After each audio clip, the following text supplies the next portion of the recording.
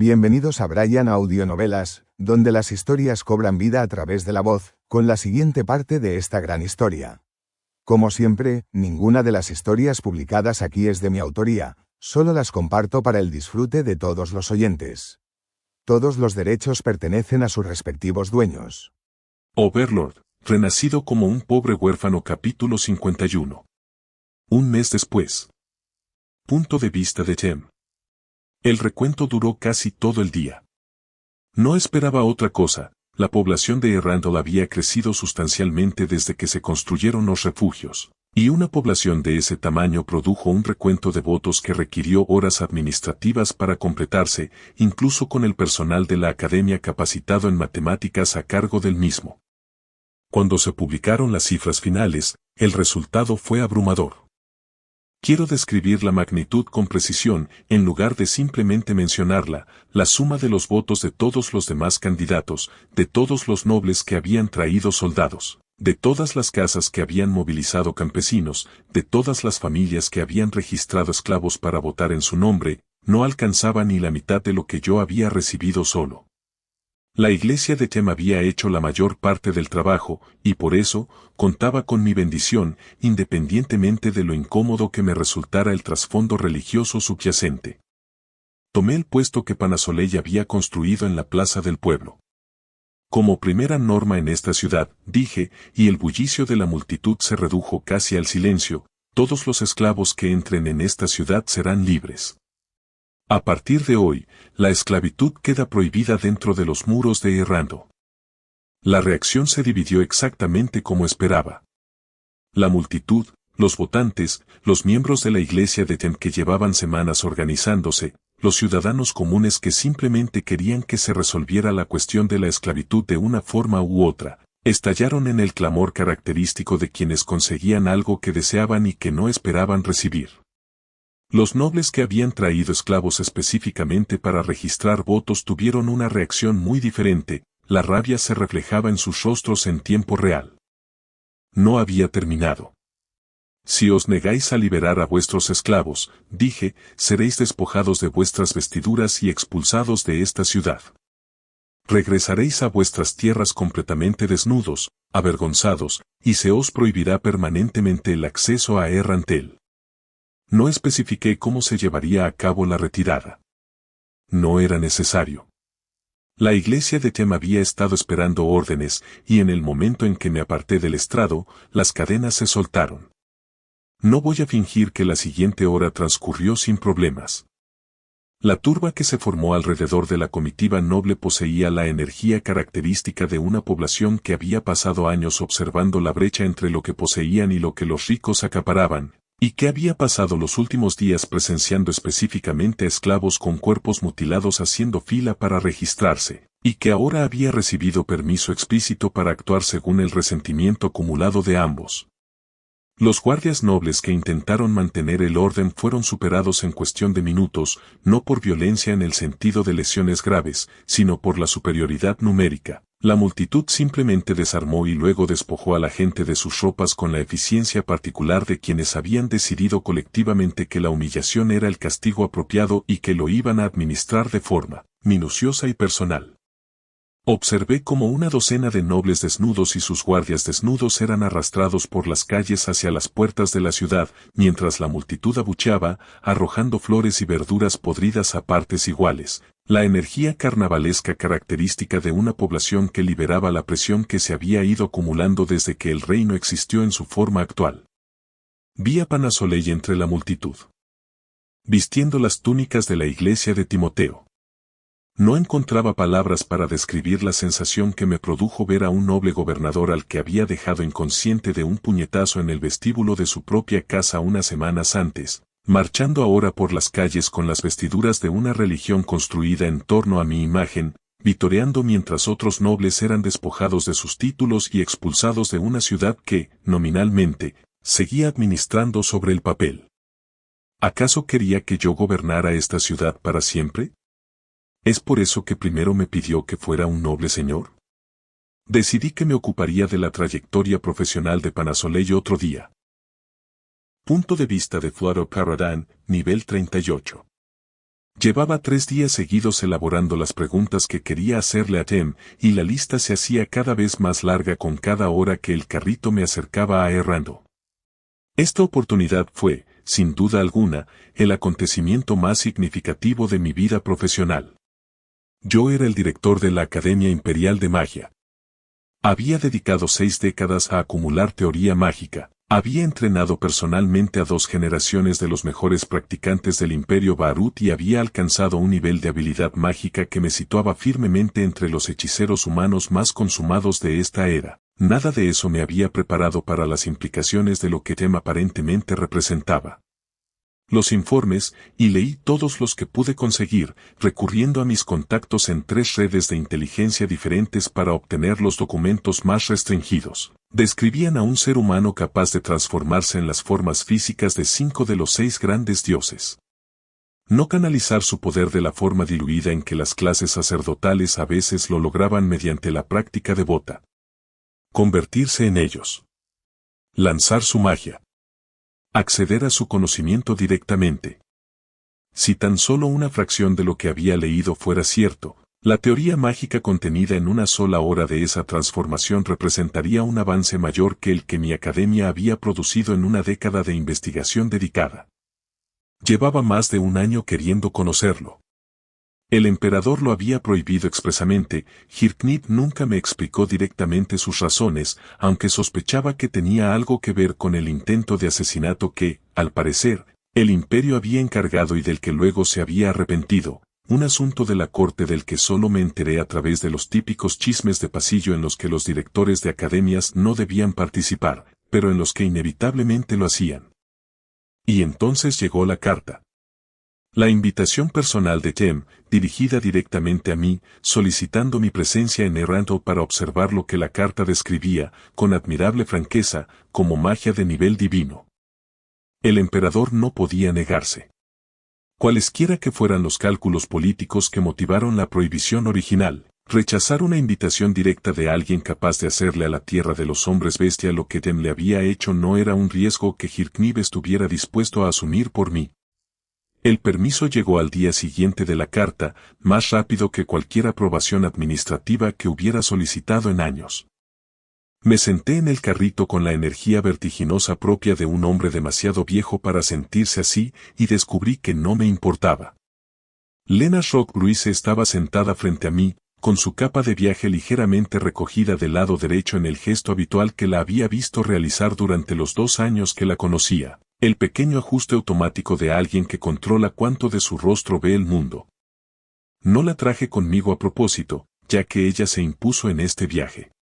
La maldición la había acompañado durante años, una aflicción de campo de batalla, ese tipo específico de herida mágica que resistía la disipación convencional porque había sido diseñada deliberadamente para resistirla. La había examinado personalmente, más de una vez, con todas las técnicas de diagnóstico disponibles para un mago de mi nivel, y me había visto obligado a concluir que aquello que la había maldecido operaba según principios a los que simplemente no tenía acceso. Magia poderosa. Magia antigua. Del tipo que la disipación ordinaria simplemente eludía sin causarle efecto. Si Jem pudiera convertirse en un dios, si pudiera acceder al conocimiento divino de la curación y de la vida misma, tal como sugerían los informes que había utilizado durante el rescate de los cautivos del país de los hombres bestia, entonces una maldición que había derrotado a todos los magos y sacerdotes que Lenas había consultado durante 2 años podría ser, para él, cuestión de segundos. «Estás pensando en eso otra vez», dijo Lenas, sin levantar la vista de la ventana. «Tengo muchas esperanzas puestas en ti», admití. «No me hagas ilusiones que vayan más allá de lo que puedan soportar al aterrizar», dijo. No había amargura en sus palabras, solo la practicidad de alguien que, tras haber sufrido suficientes decepciones con especialistas a lo largo de los años, había construido una barrera defensiva contra las expectativas excesivas. Si no puede hacerlo, prefiero no haber dedicado todo este tiempo a imaginar que sí podía. ¿Y si puede? Se quedó callada un momento. El lado de su rostro marcado por la cicatriz, medio oculto por la caída de su cabello, estaba ladeado hacia la ventana, alejándose de mí, un gesto tan automático que dudaba que se diera cuenta de que lo hacía. Entonces supongo que tendré mucho que agradecerle a una ex huérfana de 23 años, dijo, lo cual será algo extraño a lo que tendré que acostumbrarme. Me reí, y el carro siguió su camino hacia el norte, y volví a mi lista de preguntas, la estructura de la magia divina, la relación entre los hechizos de nivel 10 y los marcos cosmológicos que describían los textos antiguos pero que ningún practicante vivo había verificado jamás, la mecánica específica de cómo un solo cuerpo humano podía aparentemente albergar el conocimiento acumulado de 5 dominios divinos separados sin que la mente simplemente se fracturara bajo su peso. Faltaban 3 días para Errando. Descubrí que apenas podía quedarme quieta. Tim. 97 más 5 igual a 102. Capítulo 52. Punto de vista de Floro Carradine. 3 días después. Llevaba casi una hora observando el horizonte, con la particular expectación de la recta final de un largo viaje que hacía que cada forma lejana mereciera ser examinada con detenimiento, cuando la primera se convirtió en algo inconfundible, una enorme figura alada que sobrevolaba a una altitud a la que las criaturas ordinarias simplemente no operaban. Su tamaño se hacía más evidente a medida que nos acercábamos, hasta que tuve que estirar el cuello contra el marco de la ventana del carro para no perderla de vista. Activé mi talento para la magia por puro reflejo profesional.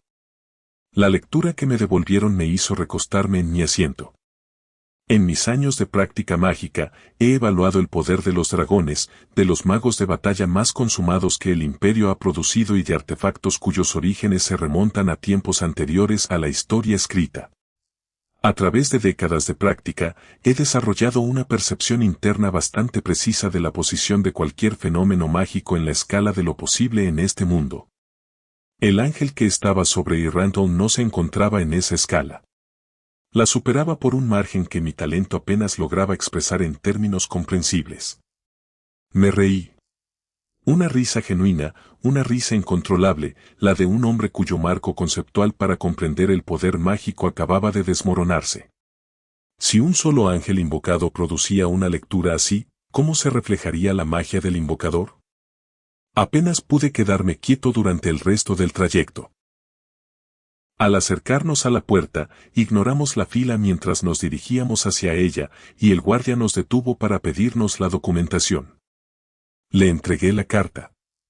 El guardia de la puerta que examinó la carta de invitación de Jem pasó por varias etapas visibles de análisis antes de llegar a una conclusión.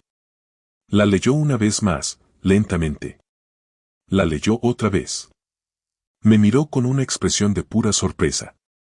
Entonces se giró y gritó a los demás guardias con un tono de auténtica alarma. Tim ha invitado a sus amigos. Abran las puertas ahora. Las puertas se abrieron poco después. No tengo palabras suficientes para describir lo que significó entrar en Errando para un hombre que ha dedicado años a estudiar la magia como disciplina académica, encontrándose de repente con la mayor demostración concentrada de teoría mágica aplicada que jamás había presenciado en su vida, todo a la vez, sin tiempo de preparación para recomponerse. Los ángeles de primer y segundo nivel estaban por todas partes. No de forma ocasional, no como un avistamiento raro e impresionante, sino por todas partes, distribuidos por las calles con la ubicuidad casual de las farolas, cada uno irradiando una firma mágica que, en cualquier otra ciudad del mundo, habría justificado una expedición formal y años de estudio académico. Aquí, simplemente revoloteaban cerca de los puestos del mercado, curando ocasionalmente a algún niño que se había raspado la rodilla, sin llamar la atención de la población local que pasaba junto a ellos sin siquiera mirarlos. Hice que mi carrito se detuviera en el primer refugio que encontramos. Soy consciente, en retrospectiva, de que mi comportamiento no fue propio de un hombre de mi posición y edad. No me arrepiento. Corrí hacia la estructura con un entusiasmo desbordante que no había sentido desde que era un estudiante mucho más joven y experimenté mi primer descubrimiento mágico genuino. Mi medidor mágico se disparaba continuamente mientras me acercaba, las lecturas aumentaban con cada paso hasta que estuve en la entrada, y al entrar, miré hacia arriba, a un cielo que no debería existir dentro de una estructura. Nubes. Auténticas nubes, moviéndose con la pausada fluidez de un cielo real, dentro de una habitación cuyas dimensiones exteriores sugerían que no podía contener tanto espacio vertical. Me preguntaba si llovía aquí dentro. No obtuve respuesta, porque Lenas llegó detrás de mí con la impaciencia de quien había perdido la paciencia ante mi entusiasmo poco profesional que desviaba nuestro propósito original, y me arrastró físicamente hacia el carro mientras yo intentaba explicar, con detalle, las implicaciones teóricas de los sistemas meteorológicos generados internamente dentro de un espacio mágico delimitado. Ella ignoró cada palabra. Una hora después. A medida que nos acercábamos a la supuesta academia, vimos a un dragón impartiendo una clase en un patio lleno de estudiantes atentos de todas las edades. Fue el momento en que realmente perdí el control de mí mismo. Por supuesto, había oído los rumores. Todas las redes académicas del imperio llevaban años hablando de un bibliotecario dragón vinculado a la Academia de Gem.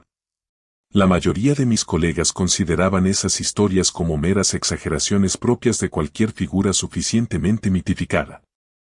No me había creído que fuera algo literal. Fue Real Man Real. Un auténtico dragón, que impartía una clase sobre la historia de la magia enana, tema sobre el que yo deseaba desesperadamente preguntar, se encontraba de pie, o más bien enroscado, al frente de un espacio de conferencias al aire libre, dirigiéndose a un público absorto de quizás 30 estudiantes sobre el tema de la magia rúnica histórica. Magia rúnica. Soy el director de la Academia Imperial de Magia. He catalogado todas las escuelas y subdisciplinas reconocidas de la teoría mágica que se practican actualmente en el Nuevo Mundo. He formado personalmente a estudiantes en 7 tradiciones mágicas distintas y he leído todos los textos sobre teoría mágica que mis considerables recursos me han permitido adquirir en 2 centros de colección especializados. Jamás había oído hablar del término magia rúnica. Intenté correr hacia la clase. Quería saberlo todo, los fundamentos teóricos, el origen histórico. ¿Por qué ningún texto académico que hubiera leído lo mencionaba y si representaba un paradigma mágico completamente distinto del sistema de niveles que había dominado a lo largo de mi carrera? A estas alturas, el agarre de Lenas en mi brazo era considerablemente menos suave que en el refugio. Me condujo directamente hacia el edificio principal de la academia, ignorando mis protestas con la eficiencia característica de una mujer que había viajado durante días con un propósito específico y no tenía intención de permitir que yo lo descarrilara por un entusiasmo académico ajeno al tema, por muy justificado que pudiera estar objetivamente. La oficina de Gem era de lo más común, de una manera que me pareció casi deliberada, teniendo en cuenta todo lo que acababa de presenciar al recorrer el resto de la ciudad. Un escritorio. Papeles. Un joven sentado detrás que, a simple vista, parecía completamente normal. Activé mi medidor mágico por costumbre profesional, esperando, no estoy seguro de qué esperaba, pero algo más dramático de lo que la lectura realmente arrojó. Nivel 3. Me quedé pensando un momento, realmente confundido. Los ángeles del exterior, el cielo interior del refugio y el dragón enseñando magia rúnica en un patio, todo se remontaba, presumiblemente, al hombre sentado frente a mí, y mi intuición me decía que era un hechicero de nivel 3 competente pero sin nada destacable. El tipo de calificación que esperaría de un estudiante prometedor de mi propia academia, no de alguien capaz de producir el fenómeno que había estado observando atónito durante las últimas horas. Tim se puso de pie. Miró a Lenas. Me miró a mí. Entonces se transformó. No encuentro las palabras adecuadas para describir lo que mi capacidad de medición mágica produjo cuando la luz lo envolvió y la figura del dios de la vida, Ala-Alab, se presentó ante mí en lugar del joven común y corriente con quien había estado hablando segundos antes. El talento no se limitó a actualizar su lectura. Se esforzó contra algo, una sensación completamente desconocida para una herramienta que había usado con fiabilidad durante años. El depósito mágico que intentaba medir se registró como algo casi ilimitado antes de que la tensión se volviera tan incómoda que, instintivamente, solté la habilidad en lugar de seguir forzándola. Un dios. Un dios real y en pleno funcionamiento, de pie en una oficina en Errando, habiendo sido un simple humano de tercer nivel un momento antes. Me puse de rodillas. Soy consciente de que esto fue indigno para un hombre de mi posición. No me importó en absoluto. Por favor, señor Jem, por favor, acéptame como tu alumno. Haré lo que sea. Por favor. Lo dije con la total sinceridad de un hombre cuya comprensión de las posibilidades mágicas acababa de cambiar por completo en cuestión de 10 segundos.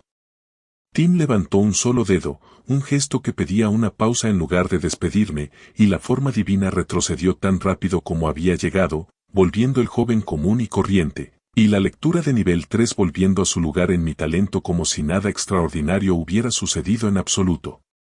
Me gustaría aprender las artes prohibidas de ti, Fuado Caradan, dijo. En concreto, quiero aprender el hechizo de la inmortalidad. Me arrodillé en el suelo de su despacho. La emoción de haber sido aceptada como estudiante superaba cualquier preocupación que pudiera tener. Tim. Nivel 97. Capítulo 53. Punto de vista de Jem. Acabo de darme cuenta de que Lena Rockbruise estaba arrodillada, con el lado derecho de su rostro constantemente girado para evitar ser observado directamente, y su cabello recogido de tal manera que ocultaba su maldición. Cuando Fuado finalmente bajó el volumen y se sentó sobre sus talones, la atención de los presentes se desvió. El viejo mago estaba asimilando las implicaciones de lo que acababa de aceptar. Lenas aprovechó el cambio. Se arrodilló, no con la postración completa que Fluder había logrado, sino con la genuflexión mesurada de un caballero que reconoce la autoridad. Tal como lo había pedido. Si está a su alcance, dijo, con la voz teñida de la frialdad característica de alguien que había hecho esa pregunta a mucha gente y había aprendido a suavizar la decepción, me gustaría pedirle que elimine mi maldición. Estoy dispuesta a prestarle cualquier servicio o a pagarle lo que necesite. La miré. La maldición era antigua. Una herida mágica compleja y deliberadamente construida, cada componente diseñado para interferir con la disipación de los demás. Alguien la había creado para que durara. Alguien se había esforzado mucho para hacerla permanente, lo que me decía algo sobre el tipo de batalla que había librado. Te curaré gratis, dije. En esta ciudad, la curación no tiene precio, ya que creo en la sanidad pública gratuita. Ella alzó la vista hacia mí. La compostura profesional que había mantenido, el tono monótono y controlado de su voz, su postura controlada, se resquebrajaron ligeramente, mostrando la expresión característica de alguien que había preparado varias respuestas para diferentes versiones de esta conversación, pero no se había preparado para esta en particular. ¿Puedo cubrir el costo si es necesario? Sé que puedes, dije. Ese no es el punto. Ahora que soy alcalde, digo que la sanación es gratuita, digas lo que digas. Se quedó callada un momento. Las iglesias cobran oro, dijo.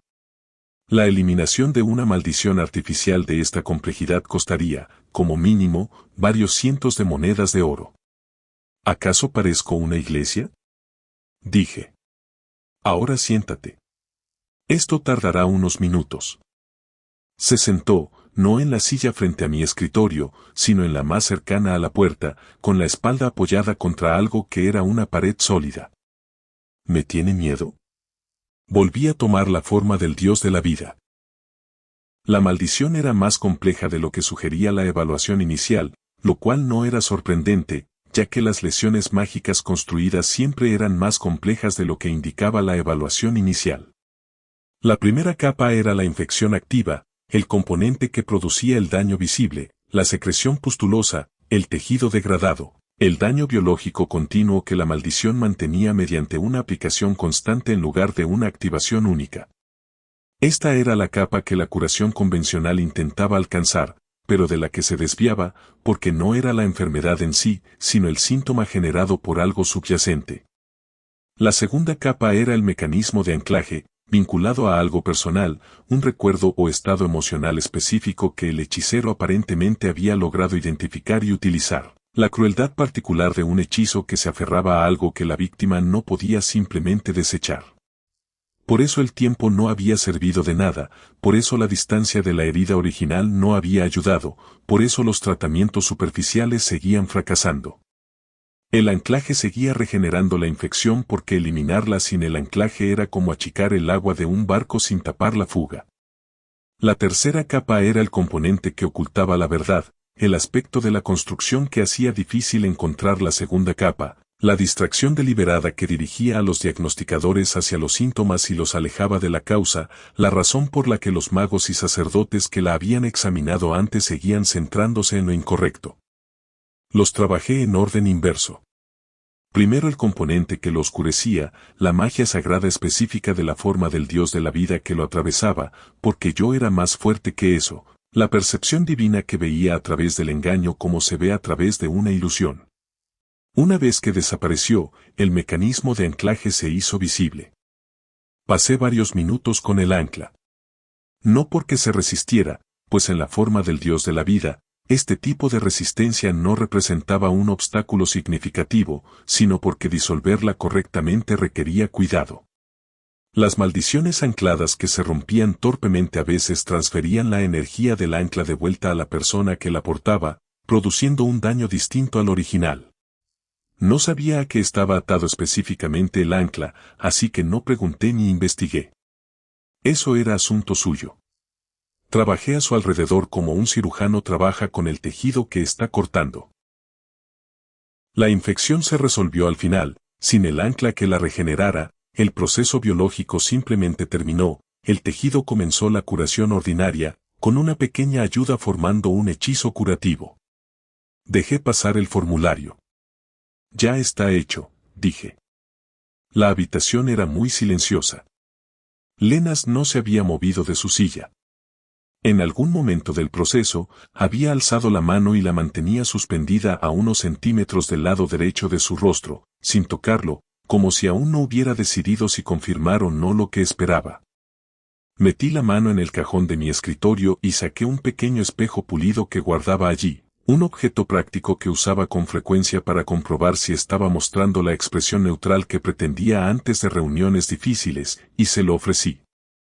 Ella lo tomó. Miró. Las lágrimas no tardaron en aparecer.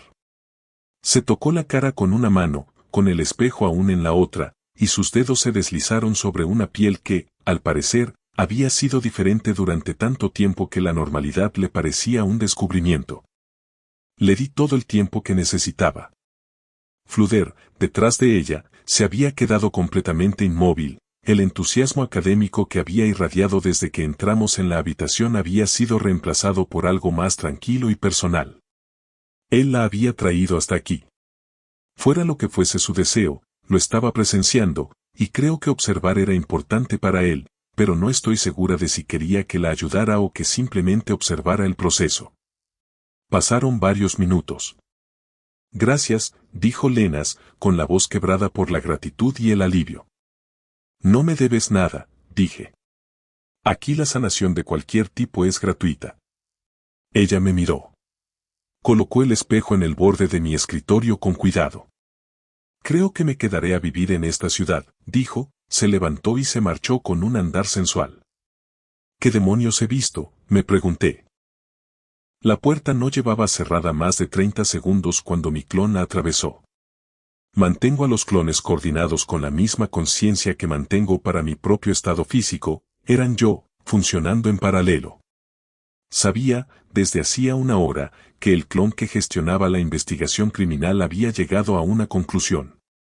Había estado esperando el momento oportuno para centrar mi atención en ello. El clon colocó la carpeta en mi escritorio. Todo, dije. Todo, dijo el clon. Mapeo completo de la estructura actual de los 8 dedos en el reino de Reestice. Ubicaciones de los líderes, ubicaciones de los activos, conexiones nobiliarias por parentesco y relaciones financieras.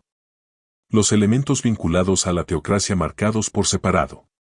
El estado actual de la operación de esclavitud, se han estado reubicando desde tu anuncio, más lentamente de lo previsto. Abrí la carpeta. Analicé las conexiones nobles. Los 8 dedos no se habían reconstruido a la ligera tras mi última limpieza. Se habían reconstruido con esmero, La lección aprendida al ver desmantelada su operación errando de la noche a la mañana aparentemente había dado lugar a una reestructuración organizativa que amplió la distancia entre el liderazgo y las operaciones a pie, de calle, creando más niveles de separación entre los mecenas y la actividad criminal visible. Era una estructura más sofisticada que la que yo había desmantelado en mi ciudad. Seguía siendo una estructura arquitectónica. Las estructuras arquitectónicas tienen elementos portantes. Si se retiran correctamente los elementos portantes, la estructura se derrumba independientemente de cuántas capas adicionales se hayan añadido. Leí el documento completo. Esto me llevó 40 minutos. Flüder tuvo la gentileza de permanecer sentado en silencio durante todo el tiempo.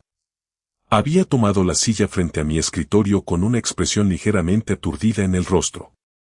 Dile a Ejinmal que necesito que la biblioteca esté desalojada de estudiantes esta noche, dije. El trabajo de planificación requiere espacio y no quiero que esté a la vista. Y diles a mis empleados que busquen alojamiento en la ciudad, Floro Paradan estará aquí un tiempo. El clon asintió y recuperó la carpeta. Entonces me puse de pie, miré a Flüder y dije lo que había estado planeando decir desde que llegó el clon. El trabajo que tengo que hacer esta noche no es algo en lo que puedas ayudarme todavía, dije. Mi clon comenzará tu orientación esta tarde, primero la teoría, el marco para comprender cómo funciona este sistema mundial. Flüder se inclinó hacia adelante. ¿Y en cuanto a las artes prohibidas? Lo aprendo después de haber terminado mi trabajo de limpiar este reino de sus gentuza, respondí. Tin, nivel 97. Capítulo 54. Punto de vista de Jem.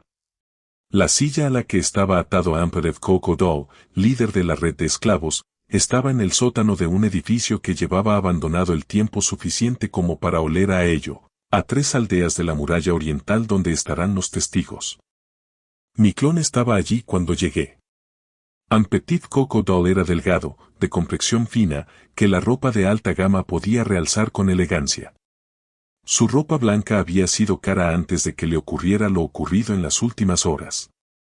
El labio partido y el ojo hinchado hasta cerrarse eran recientes, y el hematoma aún se estaba desarrollando. Se sobresaltó cuando bajé las escaleras, lo que me indicó que sus ojos aún funcionaban lo suficiente como para registrar las figuras que se acercaban, y luego pareció desinflarse un poco cuando confirmó que era yo. El clon me dio el resumen simple.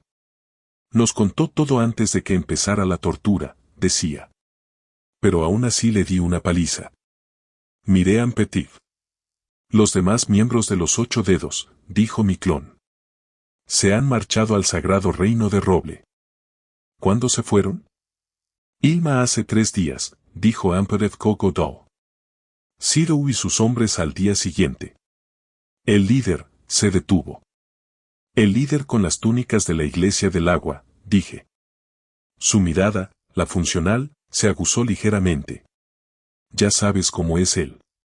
Conozco mi tradición, dije. ¿Qué? Preguntó confundido. El líder, repetí. Se fue la noche del anuncio de las elecciones, dijo. Era el que más miedo tenía. Más miedo que cualquiera de nosotros. No paraba de decir, se detuvo de nuevo cuando lo interrumpí. Ve al grano. Dijo que no eras humano. Que te había visto de niño y que algo andaba mal incluso entonces. Dijo que el resto de nosotros no entendíamos de que huíamos porque no te habíamos visto desde el principio. Miró sus propias manos atadas, que descansaban sobre su regazo. Quizás tenía razón. Lo miré por un momento. En cuanto a su red de esclavitud, dije, solo se trasladó el 3%. Eso significa que la infraestructura, los centros de detención, las cadenas de suministro y el personal que tenían allí, en su mayor parte, siguen en el reino. Así fue, dijo. Destruimos lo que no pudimos llevarnos. Es el protocolo estándar cuando tenemos que desalojar un lugar. Destruido, dije. Él entendió lo que le estaba preguntando. A la gente, dijo, la dejamos arder. No podíamos llevárnoslos y no podíamos. Se detuvo. Una larga pausa. La habitación era muy silenciosa. ¿Dónde está el resto?, pregunté. Él me lo dijo. Escuché sin interrumpir, catalogando las ubicaciones, 14 ubicaciones por todo el reino, distribuidas entre fincas nobiliarias y propiedades rurales, y una serie de espacios de almacenamiento subterráneo en 3 ciudades que no figuraban en el mapa. Había sido muy minucioso. Y también muy cooperativo. Una cosa más, dije. Me miró con un solo ojo. Las conexiones nobles. Los que compraron protección a través de ti. Aquellos cuyo dinero hizo viable la operación. Cerró el ojo. Si te digo eso, ¿me dejarás vivir? No, dije. Pero haré que tu muerte sea indolora. Me puse de pie, miré a mi clon y le dije, quédate con él hasta mañana. No le hagas más daño. Por la mañana, cuando comprobemos si la información es cierta, llévalo atrás y acábalo. El clon asintió. Ampetit me miró con expresión de desesperación. ¿Por qué?, dijo. Después de todo lo que he. ¿Te sientes impotente, sin control sobre tu vida? Bien. Subí las escaleras y salí a la noche. Hice 9 clones más. Los 9 clones ya se habían dispersado cuando llegué a la carretera. Los había desplegado antes de abandonar la vieja casa, cada uno portaba una parte específica de la lista de objetivos, y cada uno estaba asignado a una ciudad o a los distritos nobles circundantes que, durante mis meses de vigilancia, había cartografiado con todo detalle. La coordinación entre nosotros era automática, no se requería comunicación, ni reuniones de sincronización, solo la ejecución distribuida de un plan que existía simultáneamente en todos nosotros. El 40% de la clase noble con conexiones directas con los 8 dedos. Había revisado la lista 3 veces, cotejando los registros financieros que Ampetit había proporcionado con los datos de vigilancia independientes, eliminando a cualquiera cuya conexión fuera periférica o ambigua. Lo que quedó después del filtrado fue la lista que el clon había compilado, y lo que esa lista describía no era corrupción compleja en el sentido de zonas grises e intereses contrapuestos.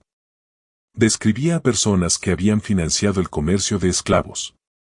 Personas que habían comprado esclavos a través de la organización de los 8 dedos, que sabían lo que compraban y que, aún así, lo habían hecho repetidamente durante años.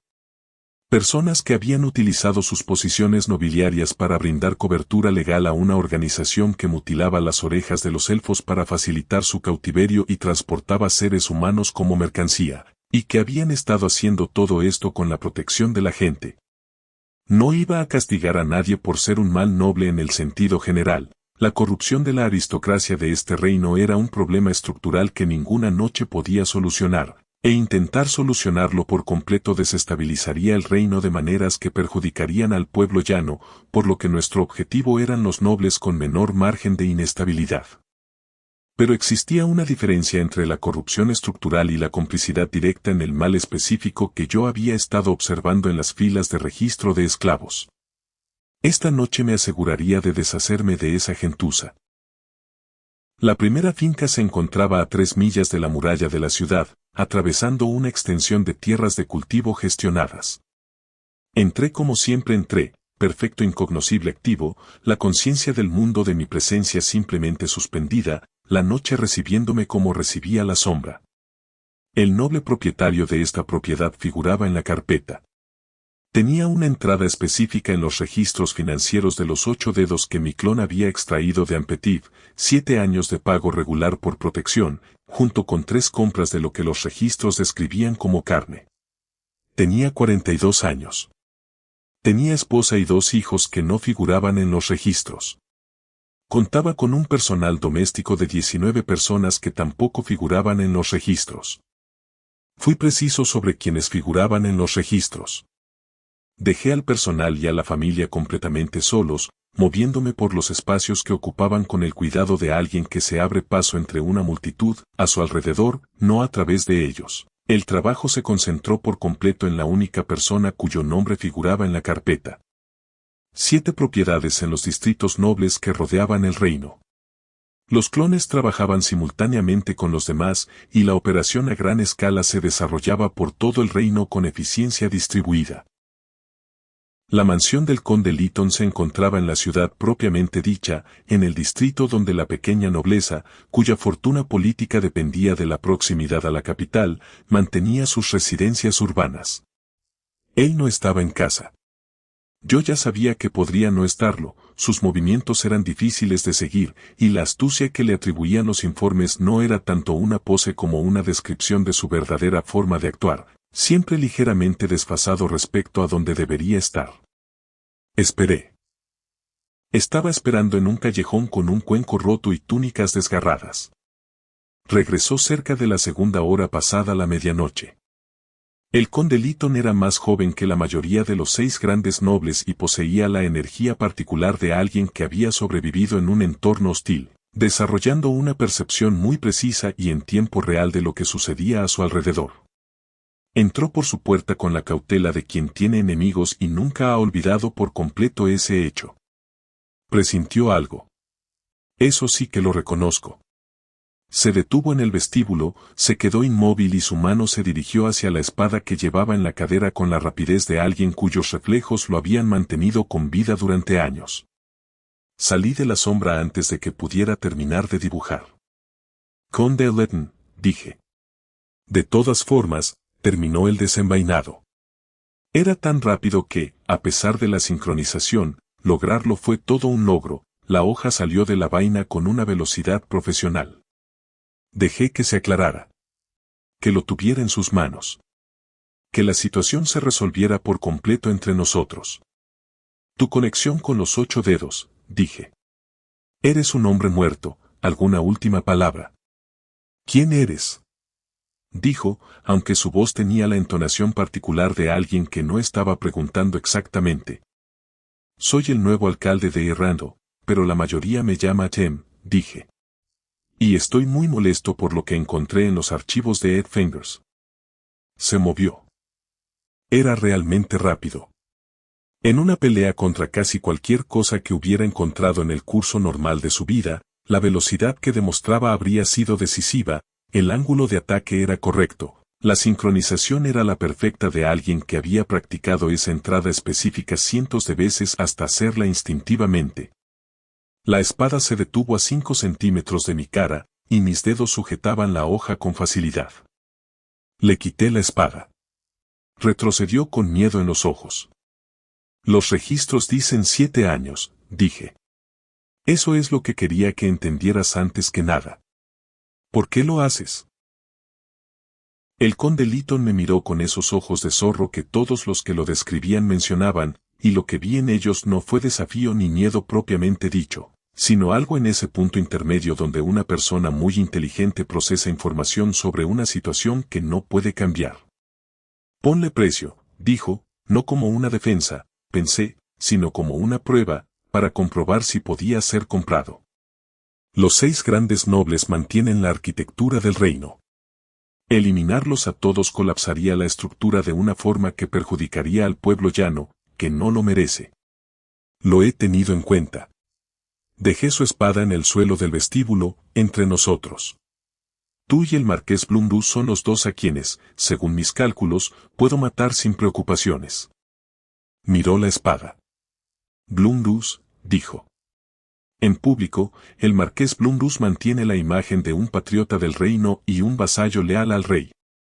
En realidad, es un hombre codicioso y traicionero, hasta el punto de que traicionaría al reino filtrando información al imperio Baharut para aumentar aún más su ya inmensa riqueza. Incluso traicionaría a su propia familia por una moneda de oro, dije. Se quedó callado un momento. ¿Hay algo que pueda hacer para pagarte? No, vas a morir esta noche, dije. Fue la respuesta más honesta que pude darle, ya que lo decapité allí mismo. Su cuerpo cayó al suelo cuando me marché. 6,5 horas después. El siguiente fue el marqués Blundus.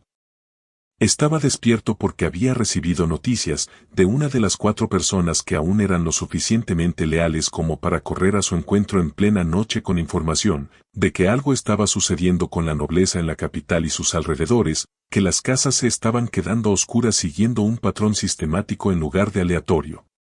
Se había puesto su túnica más cara para recibir lo que fuera que le deparara el destino. Creo que era algo genuino, el instinto de un hombre cuya identidad entera se expresaba a través de la ostentación de riqueza, encontrando incluso en las peores circunstancias posibles que esa ostentación era lo que lo hacía sentir auténtico. Además, horas antes de mi llegada, había hecho salir a su familia a la parte trasera de la casa. El marqués Blumrus fue un hombre que vendió la información militar de su reino al imperio Baharut para enriquecerse aún más, cuando su fortuna ya le había asegurado una vida cómoda durante 10 generaciones. No lo hizo por desesperación, sino por pura codicia, el deseo no de tener lo suficiente, sino de siempre más. Me miró cuando entré por la ventana, y sus ojos hicieron la rápida evaluación de alguien que ha dedicado su vida a analizar situaciones, y lo que leyó en mi rostro hizo que se sentara en su silla sin que yo se lo pidiera. Mi familia, dijo. No hicieron nada. ¿Qué? Pregunté conmocionada. Pones a tu familia antes que a ti mismo. Inhalé y luego exhalé mientras me calmaba como había pedido. Eres un traidor, lo sabes, dije. La información militar. Las vidas perdidas. No lo negó. ¿Entiende usted, dije, que los soldados que murieron en esas operaciones también tenían familias? Miró sus manos, que estaban cruzadas sobre su regazo en la postura de un hombre que sabía que estaba acabado. Sí, dijo en voz baja. Lo entiendo. Y aún así lo hiciste. Sí, dijo. De todas formas, lo hice. Lo que siguió no tuvo nada de teatral. Ninguna actuación por parte de ninguno de los dos, ninguna declaración final extensa, ningún giro dramático. Simplemente una puñalada en el cráneo, y se acabó. Salí a la calle. Me fui a casa. Tin, nivel 97. Capítulo 55. Punto de vista de Jem. Había estado avanzando a buen ritmo desde que salí de la última finca noble antes del amanecer, perfecto incognoscible manteniéndome fuera de la conciencia del camino. Al regresar a Errantel siguiendo la ruta que usaba a menudo, me acerqué desde el sur, lo que me llevó al camino que discurría junto a los campos donde el programa de agricultura de la academia había estado funcionando durante años, con las hileras de cultivo asistidas por golems visibles desde la distancia como la geometría ordenada de la tierra cultivada. Disminuí la velocidad. Las praderas estaban repletas de gente. Ni los estudiantes de la academia, ni las familias campesinas cuyas tierras lindaban con el acceso sur de la ciudad, ni los equipos de golems que había distribuido por la región para encargarse de la cosecha, una labor que a los humanos les resultaba tediosa. La gente vestida de aventureros, con sus capas de ropa práctica, cinturones de herramientas y alforjas propias de la clase coleccionista, son en su mayoría aventureros de rango cobre, como puedo apreciar por sus collares. Miles de ellos. Todos ellos estaban recogiendo hierbas de la tierra e intentando comprender qué era lo que yo estaba viendo. Luego entré en la ciudad. La academia se encontraba en su estado habitual de media mañana, con las clases en sesión, el patio resonando con el murmullo de las lecciones que se impartían simultáneamente en diversas disciplinas, y la voz de Jinmal se oía desde el ala de historia, donde, al parecer, su clase se había extendido de martes a jueves debido a la demanda. Lo encontré entre sesiones en la biblioteca, reorganizando una sección de la colección que un grupo de estudiantes aparentemente había devuelto en el orden incorrecto. Su cola desplazaba varias sillas que habían sido colocadas demasiado cerca de las estanterías. Jinmal, dije. Me miró desde arriba. ¿Por qué hay miles de aventureros en los campos a las afueras de la ciudad? Normalmente hay unos pocos cientos como máximo. Ahora Gemaus. ¿Por qué? Me miró de forma extraña. No has oído los rumores, dijo. No era exactamente una pregunta. ¿Qué rumores? Dejó el libro que estaba colocando en la estantería. Se giró para mirarme de frente. El rumor, dijo, es que si una persona sigue el mismo camino que tú, puede alcanzar el reino de los dioses como tú lo hiciste. Que tu transformación, las formas divinas, la magia del nivel divino, Fueron el resultado de una secuencia específica de experiencias y disciplinas que cualquier persona podría replicar si se comprometiera completamente con ellas. Comencé a sudar antes de darme cuenta de lo que estaba escuchando. Todo el mundo sabe que empezaste en la Iglesia del Agua, continuó, con la voz pausada y mesurada de un maestro mientras explicaba. Así que todos se han apresurado a ir a la Iglesia del Agua. En todas las ciudades donde opera una Iglesia del Agua se ha visto lo mismo, solicitudes masivas, dinero ofrecido en más para instrucción acelerada y bancos y dormitorios llenos más allá de su capacidad anterior. La Iglesia del Agua ahora tiene que rechazar gente. Las demás iglesias elementales están en la misma situación. La Iglesia del Fuego, la Iglesia de la Tierra, la Iglesia del Aire, incluso la Iglesia de Chem, todas tienen una sobredemanda a un nivel que su administración jamás había visto. Hizo una pausa. En cuanto a los aventureros en los campos, representan la facción del rumor que interpreta tu camino de manera diferente. Creen que la formación en la iglesia fue secundaria y la experiencia en el campo, primordial. Eso es lo que te convirtió en quien eres, acumular experiencia práctica en todas las disciplinas disponibles, comenzando desde cero, superando los desafíos de rango cobre y construyendo desde los cimientos más básicos. Así que están haciendo lo que entienden que hiciste. Están recolectando hierbas en los campos porque ahí es donde comenzaste, con la esperanza de tener también el mismo jardín de hierbas raras que tú. Lo miré fijamente. ¿Cuántas personas, dije, están siguiendo actualmente lo que creen que es mi camino? Ejimmal ladeó ligeramente la cabeza. ¿En Errandel específicamente, o en todo el reino? En todo el reino.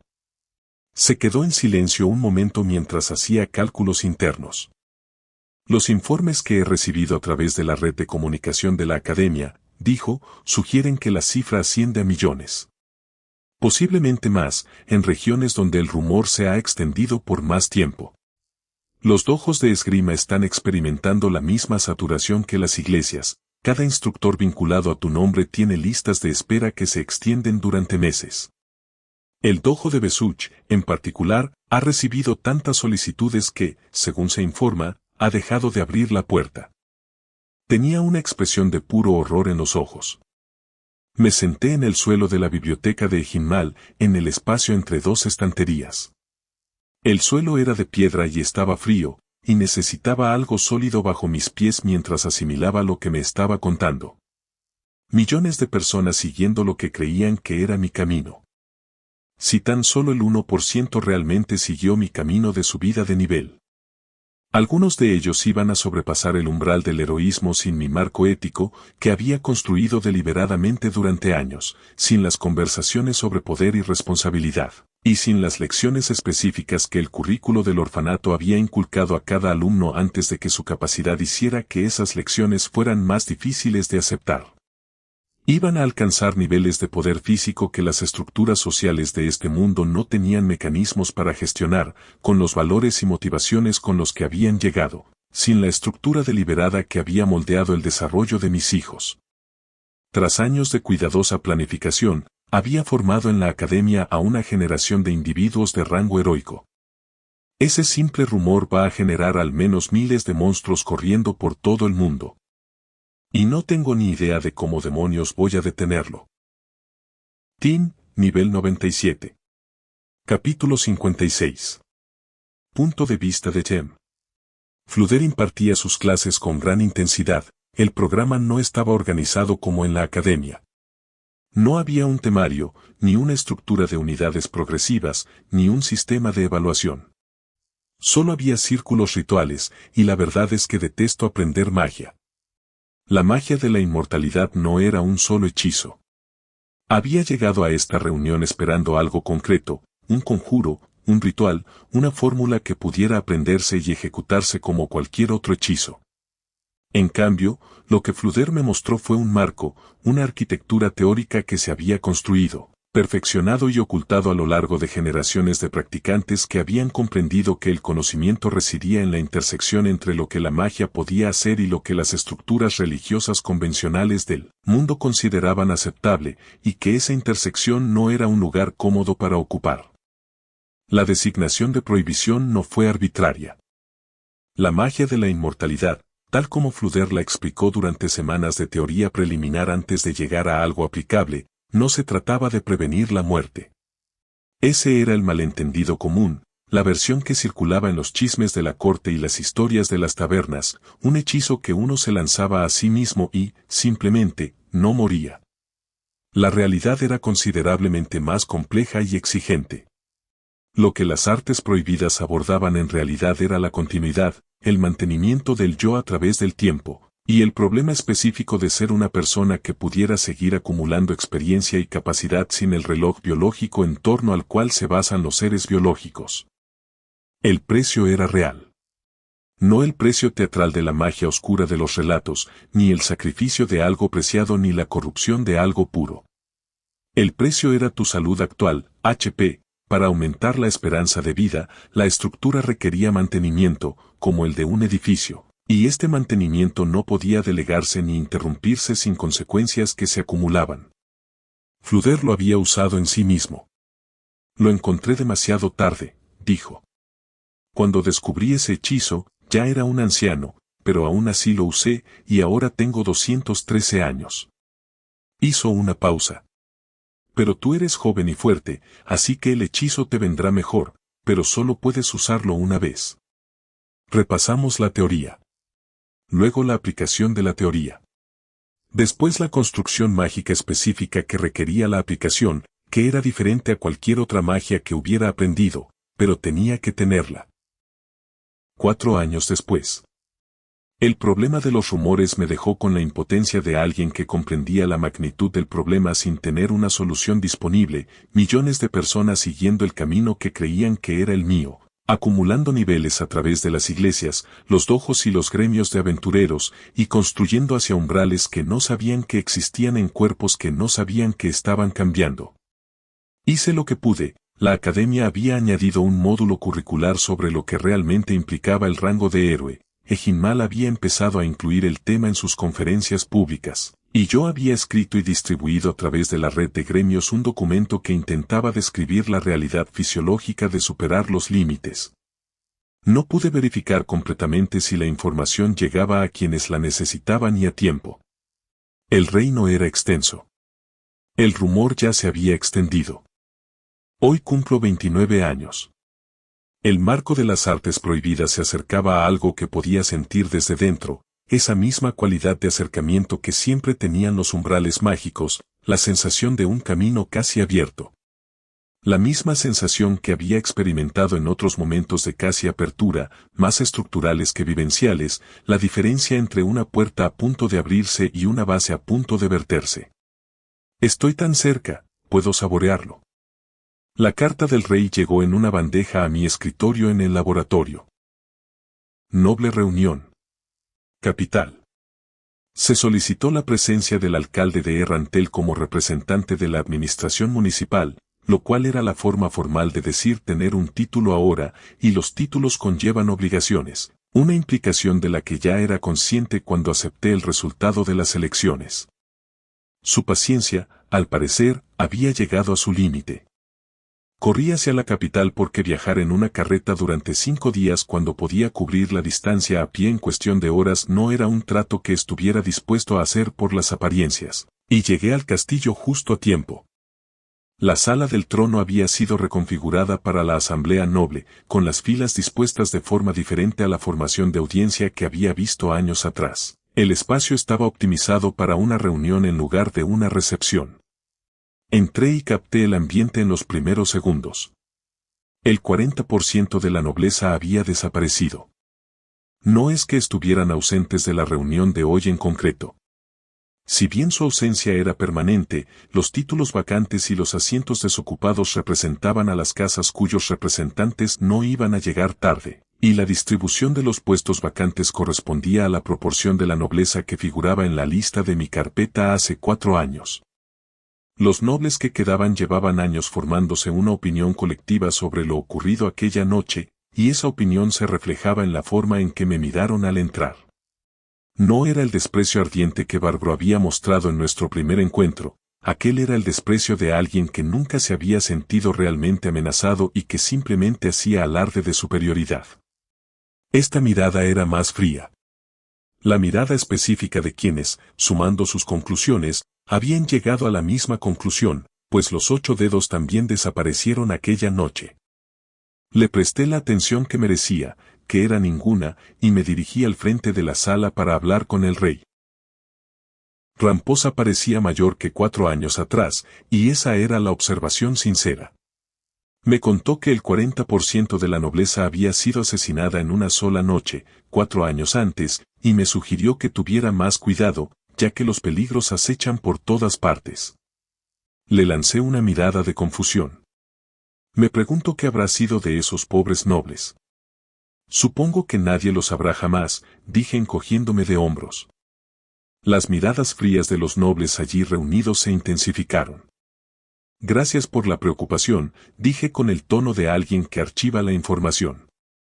Ramposa abordó el orden del día formal de la reunión con la paciencia de quien, tras un largo mandato, había gestionado situaciones imposibles y había desarrollado la habilidad de seguir funcionando con normalidad en medio de ellas. Yo ocupaba el lugar del alcalde y procesaba el contenido administrativo de la reunión con la atención que requería, dedicando el resto de mi tiempo a observar la sala. El marqués Bouillope intervino casi al final del orden del día formal. Era uno de los 4 grandes nobles que quedaban tras la reorganización de 4 años, los 6 se habían reducido a 4, y la distribución del poder se había modificado en consecuencia. Tenía la complexión de un hombre que había sido físicamente formidable en su juventud y que se había suavizado hasta adquirir la forma de alguien para quien la comodidad se había vuelto más accesible que el esfuerzo. Su mirada era penetrante, como la de los supervivientes. Me preguntó si estaría dispuesto a entrenar con uno de sus hombres. Lo miré. Su tono era informal, como el de un noble que propone un plan de entretenimiento al final de una reunión, algo habitual en la corte, con protocolos establecidos, y que los demás nobles recibían como una oferta normal. En su forma de decirlo, nada reconocía el trasfondo que ambos sabíamos.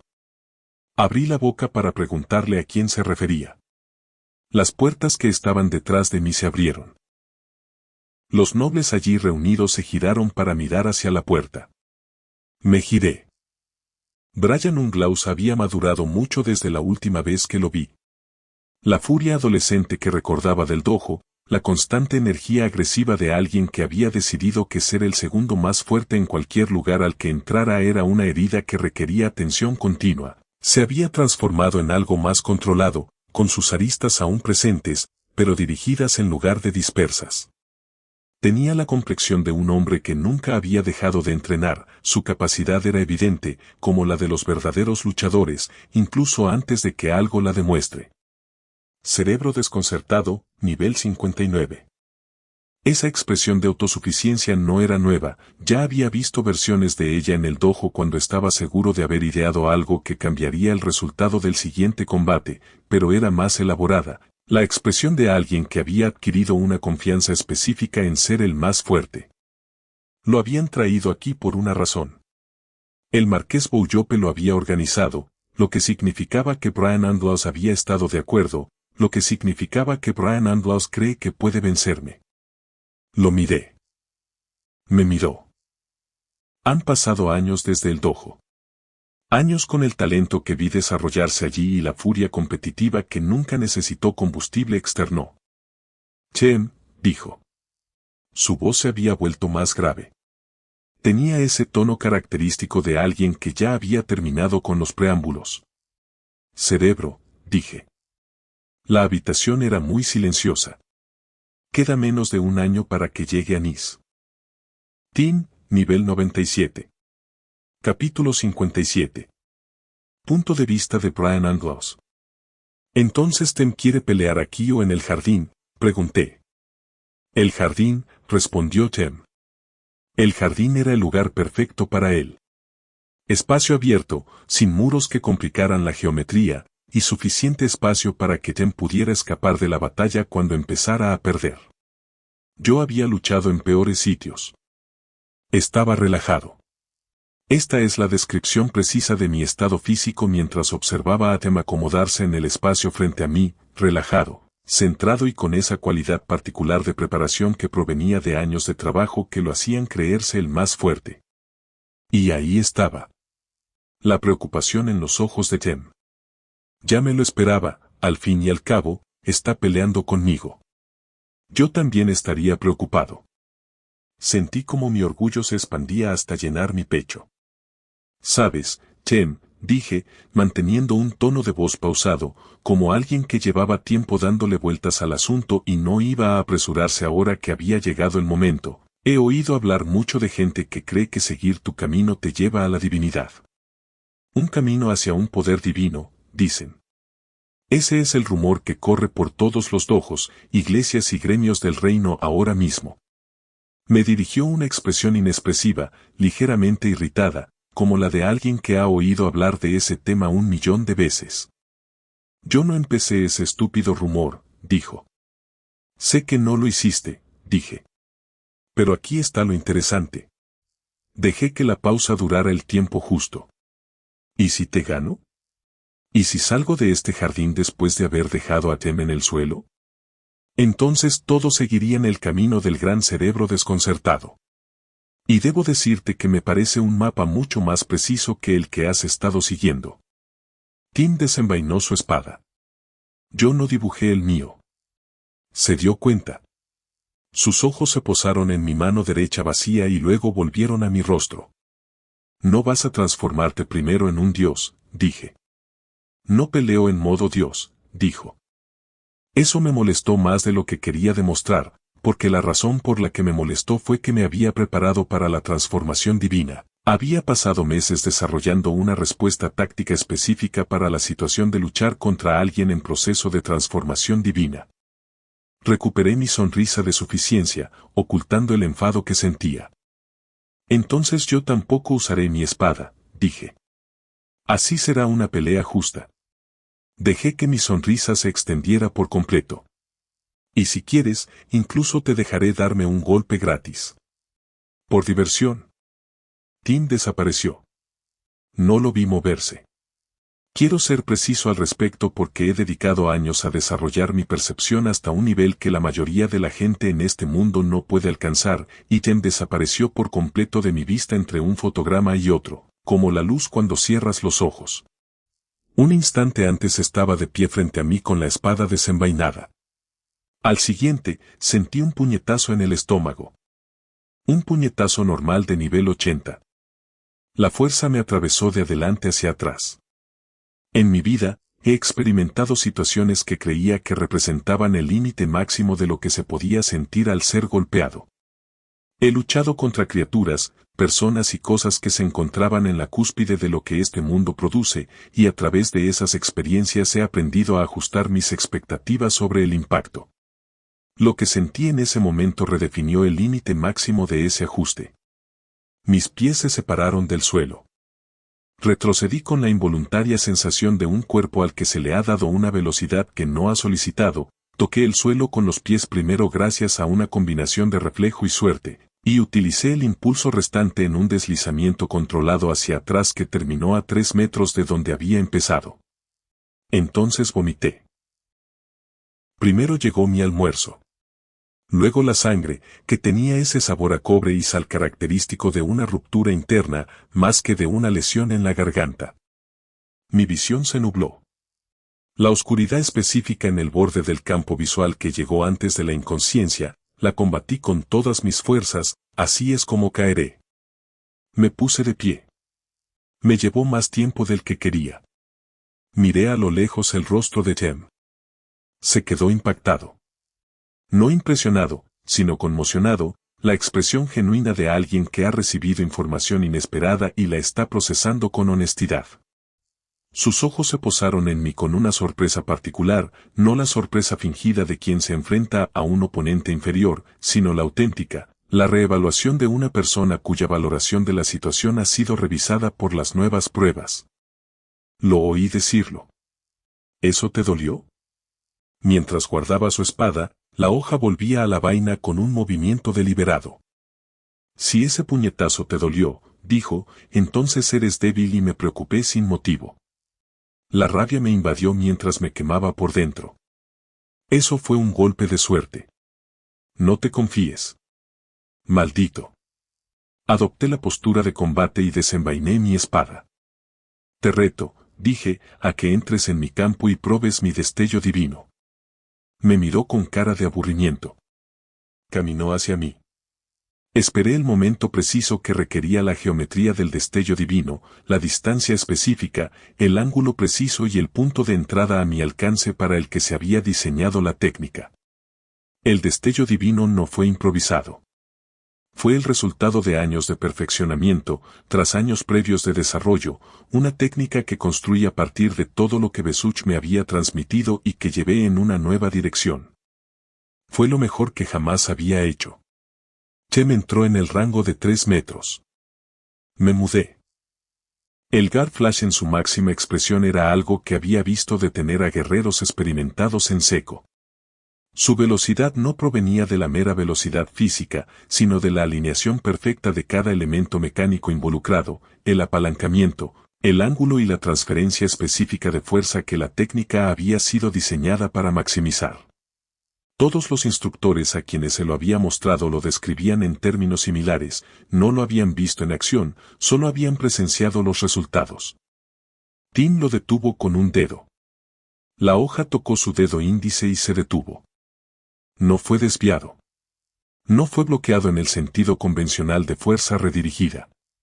Al detenerse, el acero impactó contra el único dedo extendido, encontrando algo que no tenía intención de moverse. La fuerza que había aplicado al golpe regresó a través de mis manos mientras la sangre brotaba lentamente de ellas.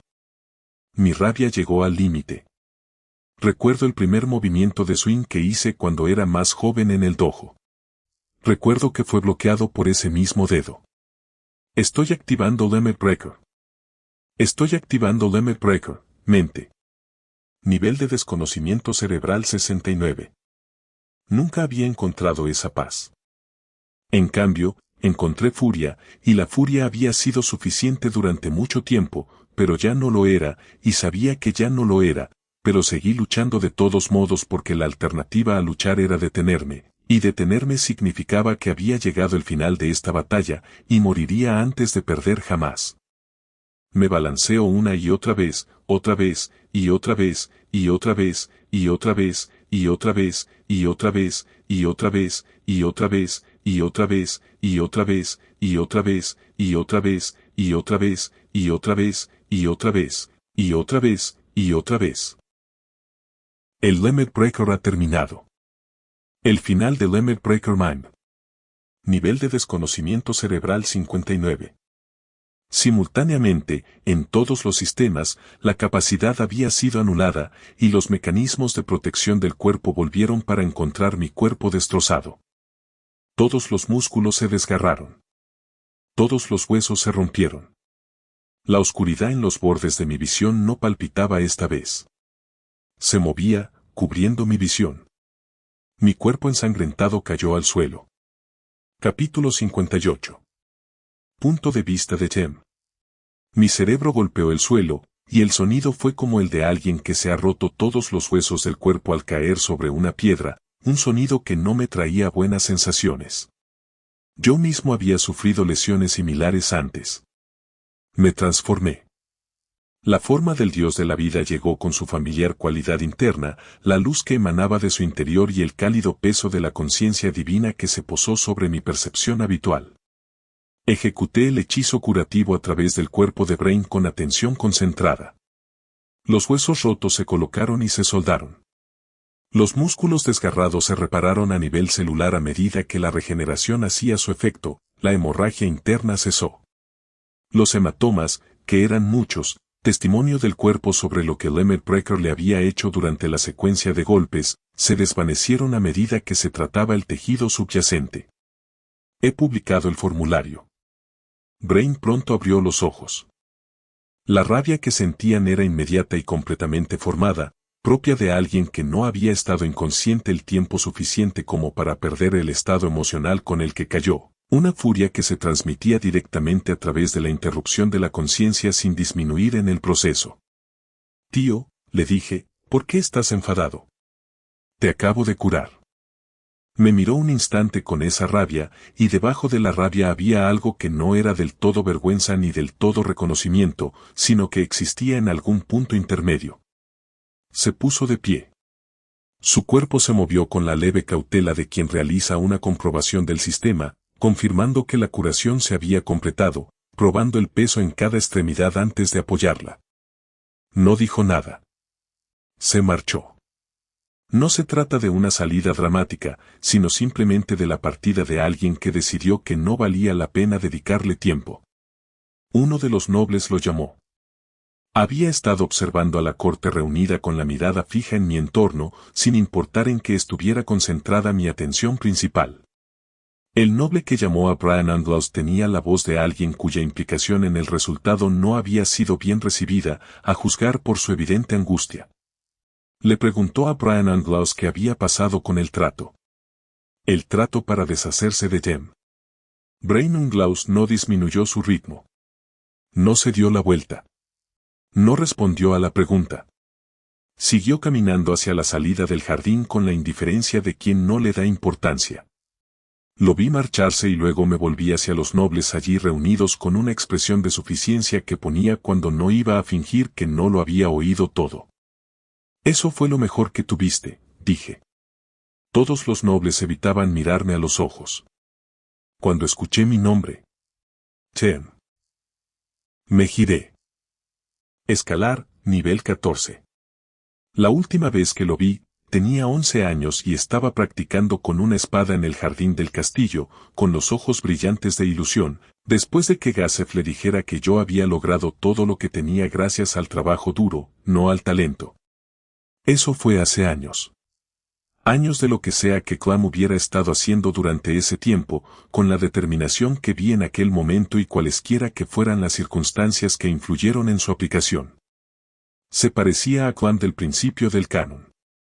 Ese fue el pensamiento que me vino a la mente, y llegó con la fría claridad de la información que importaba de inmediato. La armadura que lleva es la misma. Su porte era el correcto. Klein estaba comentando sobre la batalla. Dijo que había entrenado duro desde que nos conocimos, que se había tomado en serio la conversación sobre el esfuerzo, que quería mostrarme hasta dónde había llegado. No le estaba prestando toda mi atención. Estaba haciendo los cálculos. Asciende con la armadura del comienzo del canon.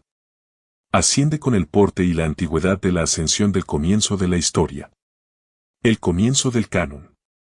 Lo que significaba que el comienzo del canon estaba aquí, o lo suficientemente cerca de aquí como para que la diferencia visual fuera irrelevante, y el comienzo del canon significaba.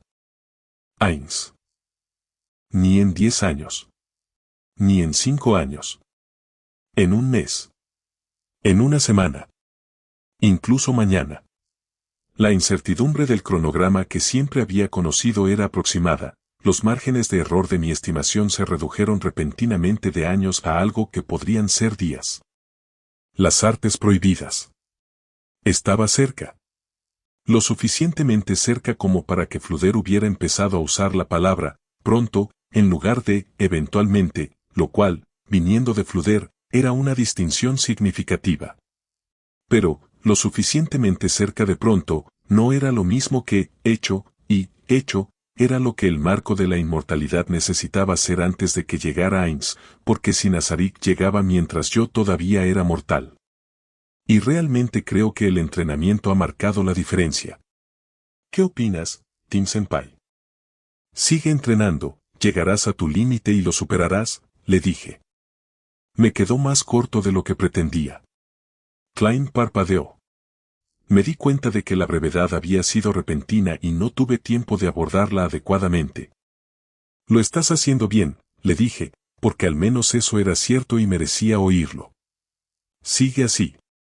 Salí del jardín. No caminando. Corriendo a toda velocidad, a pesar de que las calles de la capital dificultaban lo que el camino fuera de las puertas de la capital hacía posible. Perfecto Incognoscible estaba activo antes de que despejara la muralla exterior del castillo para que los guardias de la puerta no tuvieran que procesar lo que venía a esa velocidad. El camino hacia Errando se abrió ante mí, y corrí por él con la conciencia única y concentrada de alguien a quien una fecha límite acaba de volverse real de una manera que antes no lo era, la eventualidad abstracta de la llegada de Ainz transformándose en el espacio de una conversación en posiblemente mañana. Las artes prohibidas. La estructura estaba casi terminada. Corrí. Las paredes de Randall aparecieron en el horizonte con la calidez de un hogar y la academia en su interior, y Fuado Paradan se encontraba en algún lugar de la biblioteca de teoría. Casi. Pronto. Más le vale a Anís no aparecer hoy. Tin, nivel 97. Capítulo 59. Punto de vista de Jem. 9 meses después. Durante esos 9 meses me dediqué con total concentración a aprender las artes prohibidas. Fluder y yo revisamos la estructura final del ritual, asegurándonos de que no hubiera margen de error, comprobando cada elemento con todos los demás, una verificación que parecía excesiva, pero más vale prevenir que lamentar. La preparación del laboratorio en el sótano llevó 2 meses. No el espacio físico. La academia contaba con salas adecuadas en el sótano que cumplían con los requisitos estructurales de un ritual de 3 círculos que exigía dimensiones y materiales específicos, así como relaciones específicas entre los círculos que Fluder y yo habíamos deducido a partir de los documentos teóricos. La preparación de los 3 círculos llevó casi un mes. Quiero describir con precisión cómo lucían los 3 círculos rituales superpuestos una vez construidos con el cuidado que requería este. Cada círculo era un sistema independiente, el círculo de magia sagrada, el círculo de sabios y el círculo arcano. Cada uno era completo por sí solo antes de unirse a los demás, siendo esta unión la parte más exigente técnicamente de la construcción, ya que la superposición debía mantener la integridad de los 3 sistemas simultáneamente, sin permitir que ninguno predominara. Fluder se había asegurado de ello.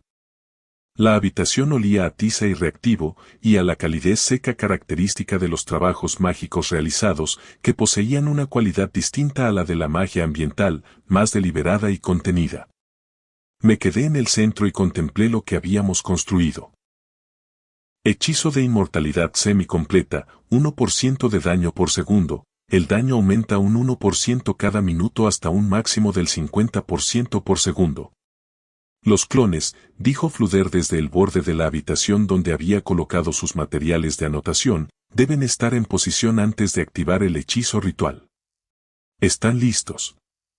Y entiendes que una vez que comienza el ritual, no puedo entrar en los círculos sin interrumpir la interacción entre.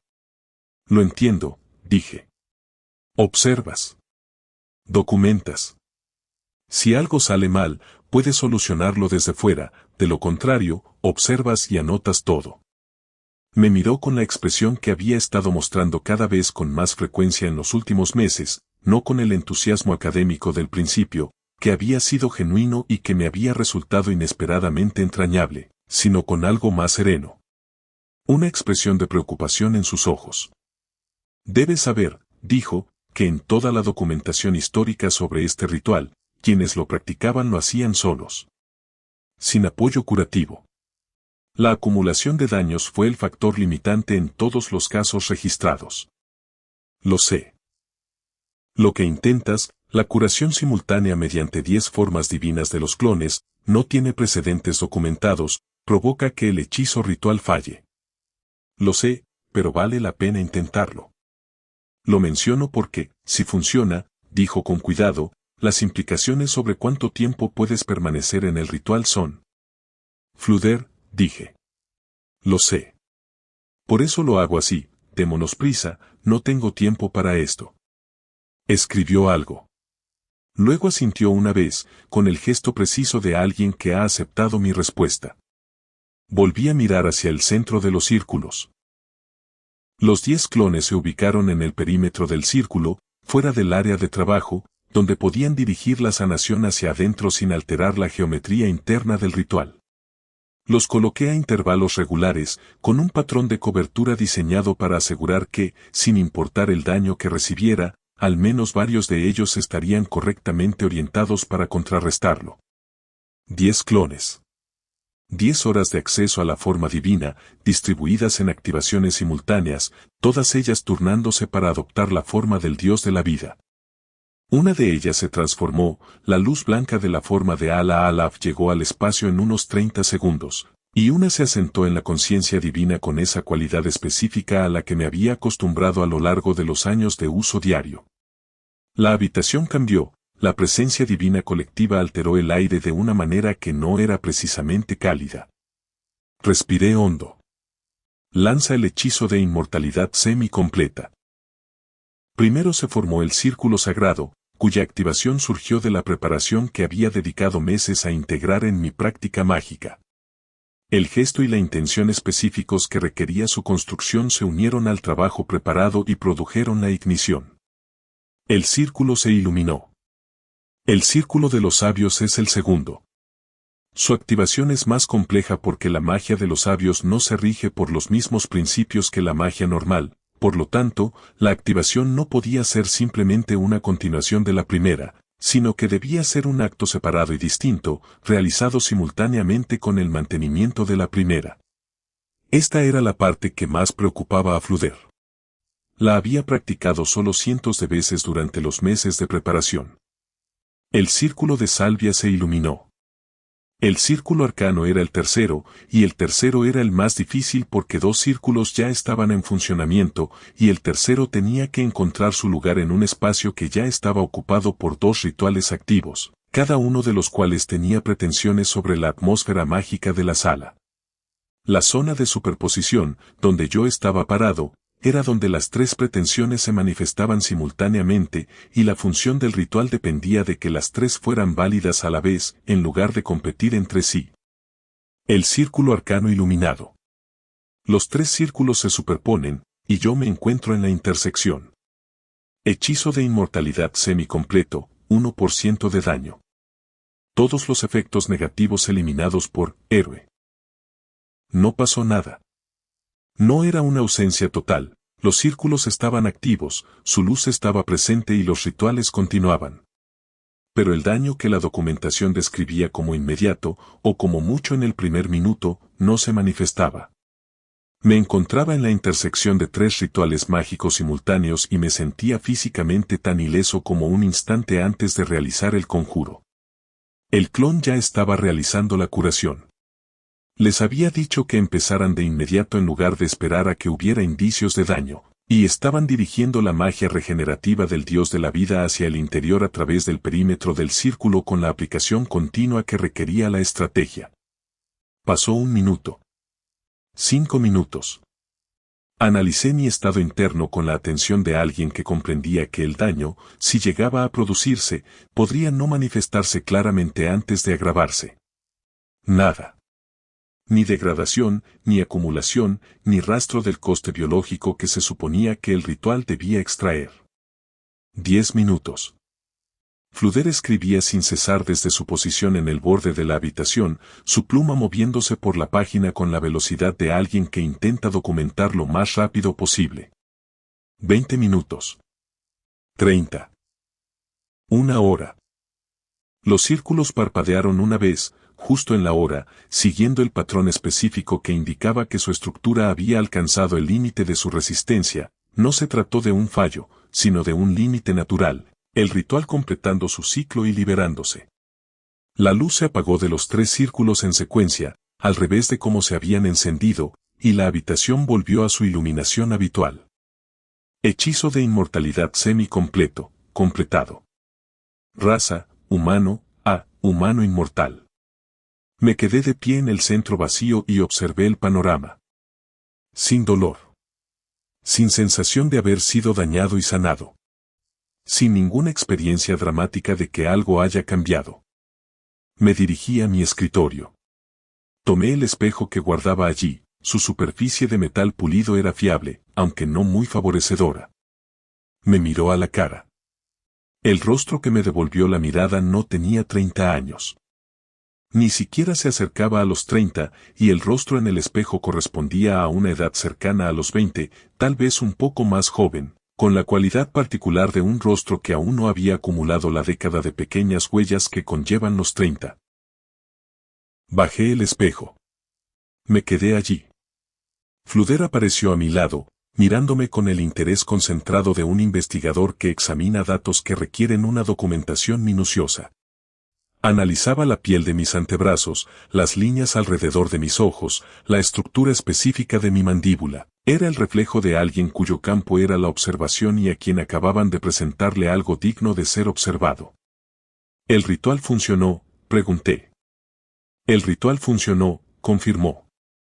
Los marcadores biológicos muestran una reversión de aproximadamente 10 años de envejecimiento. El mecanismo se detuvo. Luego continuó. El mecanismo no debería haber producido este resultado. El hechizo simplemente detiene el envejecimiento, no te rejuvenece. ¡Qué interesante! Se quedó callado un momento. A menos que, dijo lentamente, el daño se estuviera produciendo y sanando más rápido de lo que podía acumularse. En ese caso, el ritual se estaría desarrollando correctamente y la sanación simplemente se adelantaría. Y la extensión se produciría de forma continua a lo largo de la hora en lugar de adquirirse mediante el daño que el sujeto tuviera que soportar. Pensé en la clase de campeón. En la clase de paladín. En cada clase de trabajo que había acumulado a lo largo de 30 años que tuviera alguna relación con la resistencia biológica, la regeneración física, la resistencia al daño o la durabilidad bajo estrés mágico. El ritual había sido diseñado para personas que no poseían esa base. Así que el daño se estaba produciendo, dije. Casi con toda seguridad. Y el clon lo estaba curando más rápido de lo que el ritual podía hacerme daño. Esa sería mi valoración, sí. Lo que significa que la extensión biológica estuvo ocurriendo todo el tiempo. Durante toda la hora, dijo Fluder.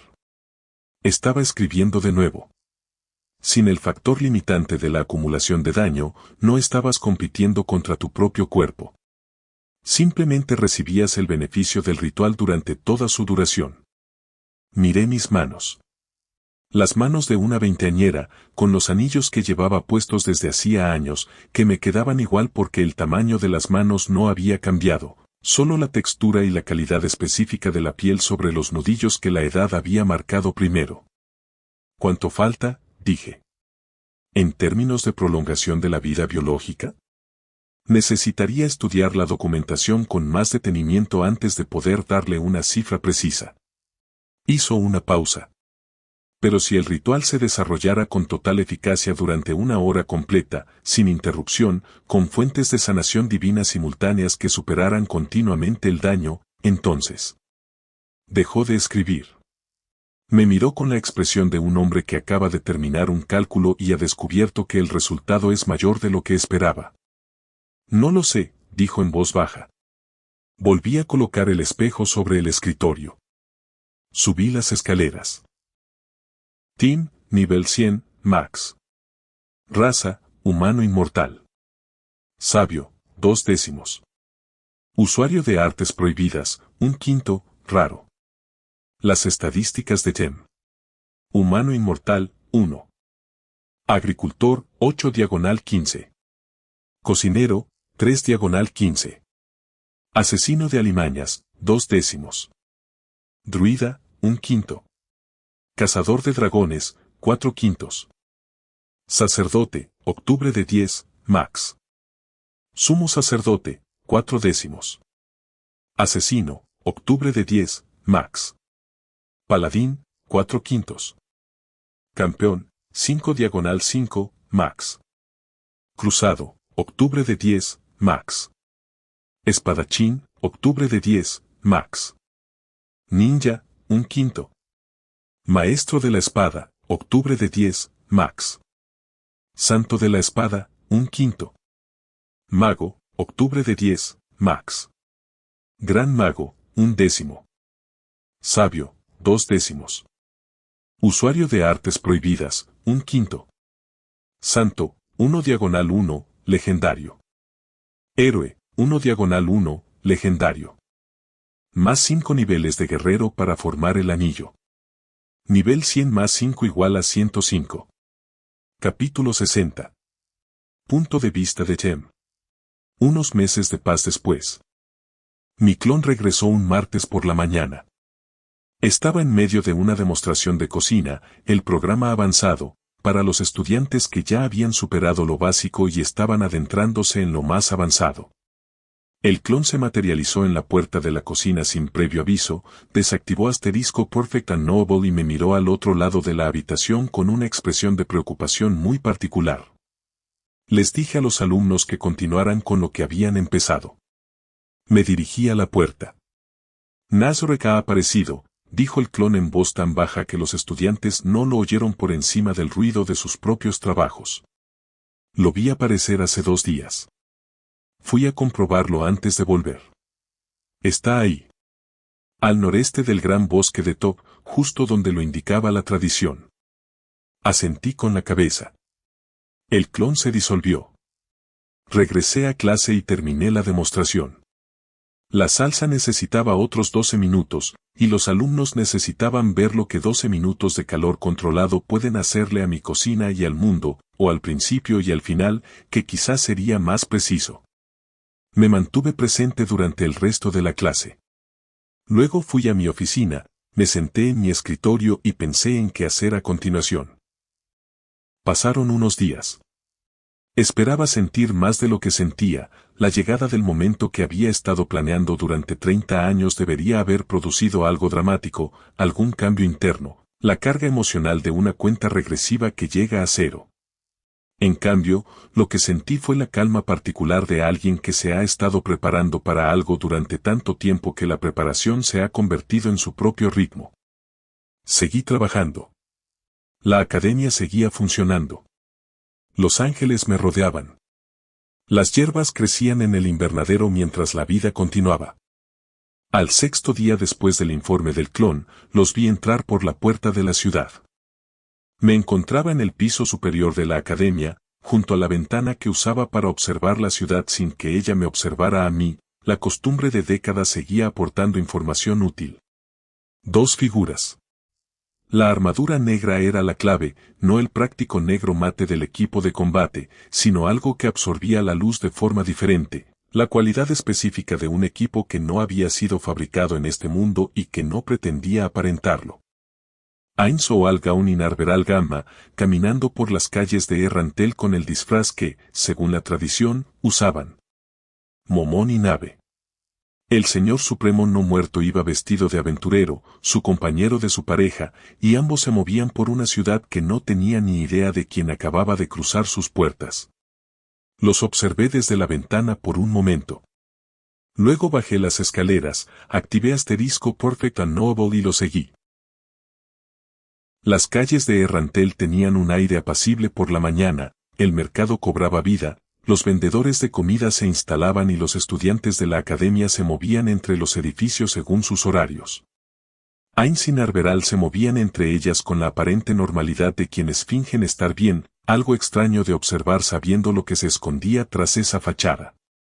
Me moví detrás de ellos a una distancia que se acercaba cada vez más, y la perfección incognoscible me hacía genuinamente invisible para ellos, en lugar de simplemente difícil de percibir. Esta habilidad había sido la más valiosa de mi arsenal a lo largo de los años, y seguía siéndolo.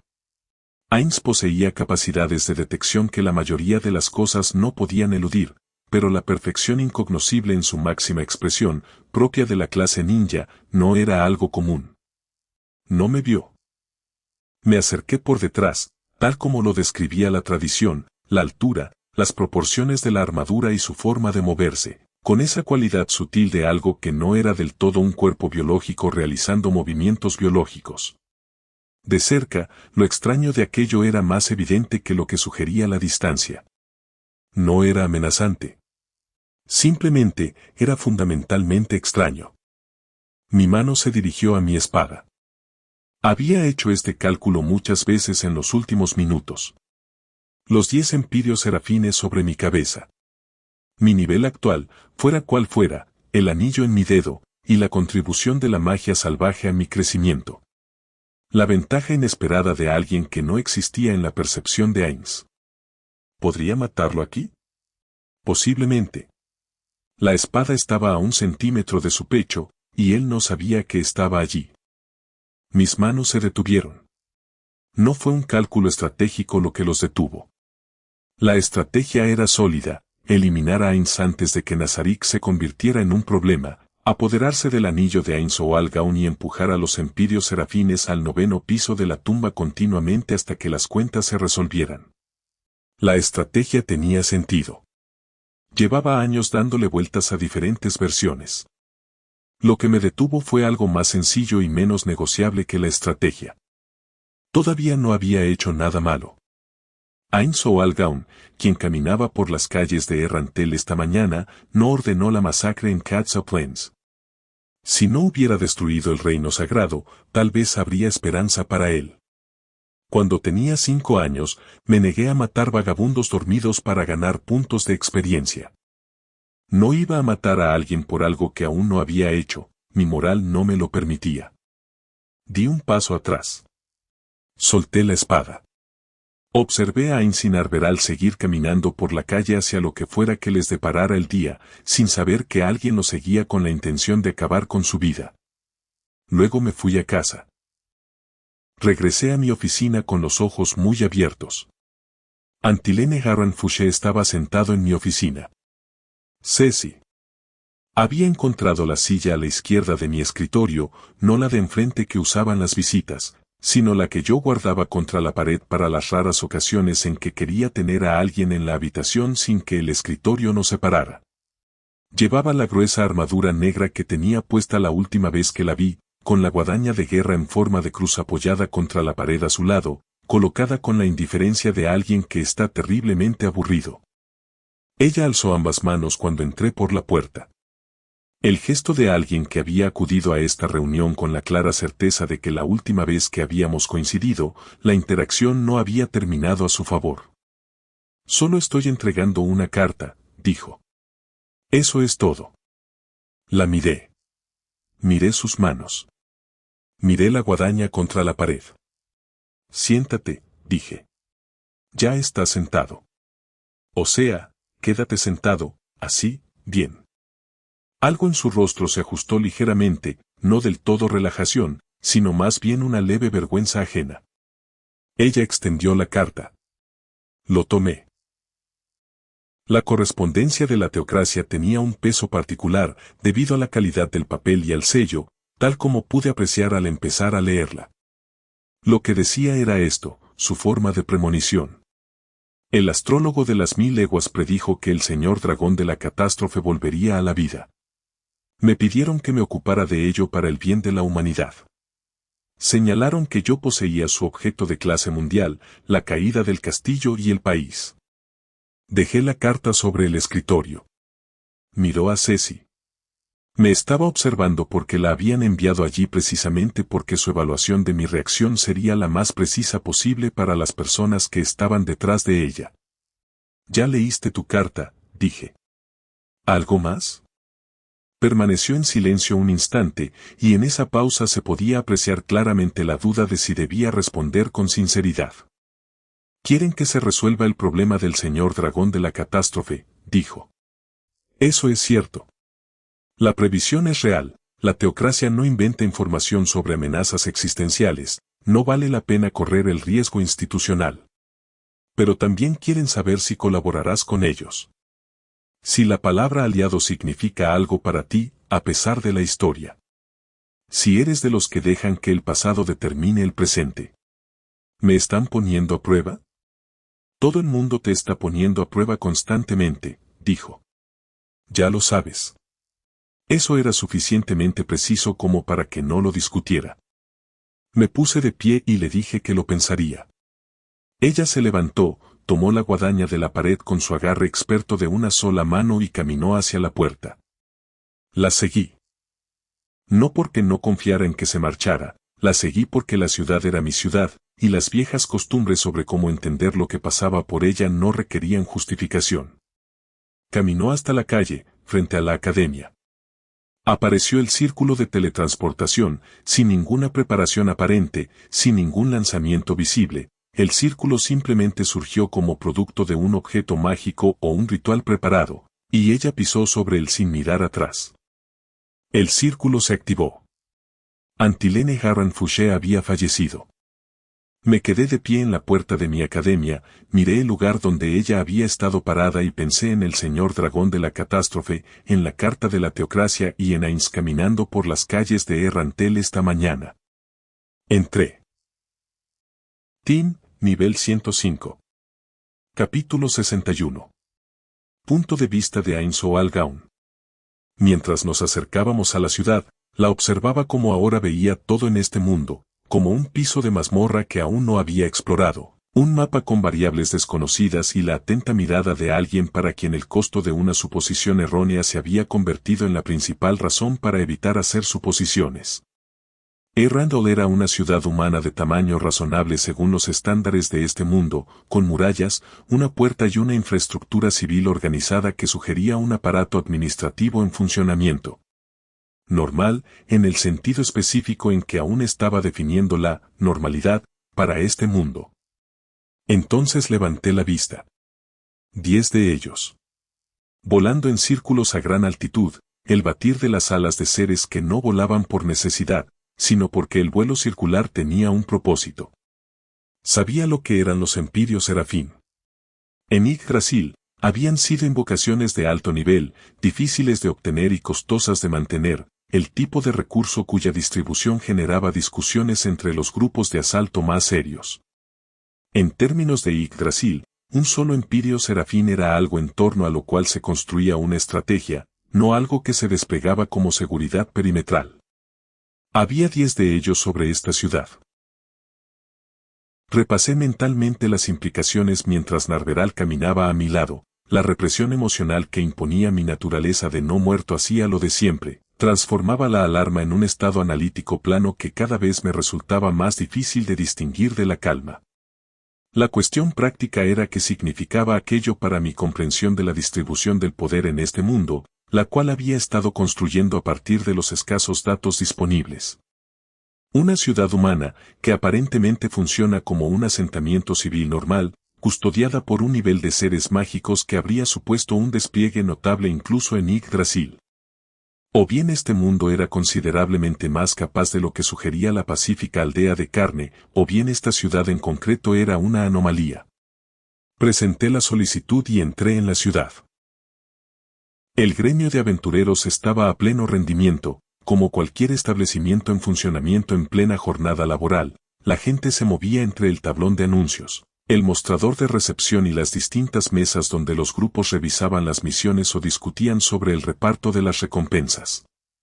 No podía leer el idioma. Esto seguía siendo lo más limitante de mi situación en este mundo. Todo lo demás, el entorno físico, la dinámica social y la mecánica básica del comercio y la organización, lo había ido deduciendo mediante la observación y la inferencia. Pero la alfabetización no era algo que se pudiera fingir, y el tablón de anuncios era todo texto, y estar de pie frente a él intentando parecer una persona que leía en lugar de alguien que miraba símbolos que aún no reconocía era una actuación que, sabía, no convencía a nadie que me prestara atención. Tomé una misión del tablero al azar. La selección fue arbitraria, no tenía ninguna base para distinguir entre las opciones, y lo arbitrario me pareció mejor que quedarme quieto. El hombre que me puso el pie en el camino mientras me dirigía al mostrador estaba haciendo lo que la gente hace cuando quiere establecer una jerarquía social de forma rápida y barata. El gesto de poner el pie era una demostración de dominio de bajo coste, del tipo que funciona con personas que responden a la presión social. Lo pasé por encima con cuidado. No sé cuál es el nivel promedio de las aventuras aquí, así que más vale prevenir que lamentar. El empleado me explicó la misión que había aceptado sin que yo la pidiera, lo cual fue útil, y me informó que Narveral y yo éramos de rango cobre, lo cual no fue tan útil, ya que me indicó que estábamos en el nivel más bajo de un sistema que aún no comprendía del todo. El problema práctico era que el rango cobre limitaba las misiones que podíamos aceptar, como la recolección de hierbas. La voz que venía del segundo piso llegó en el momento justo. Un hombre, de cierta edad, con el aspecto de alguien que llevaba el tiempo suficiente en esto como para haber desarrollado la capacidad de evaluación propia de un profesional, no de un aficionado.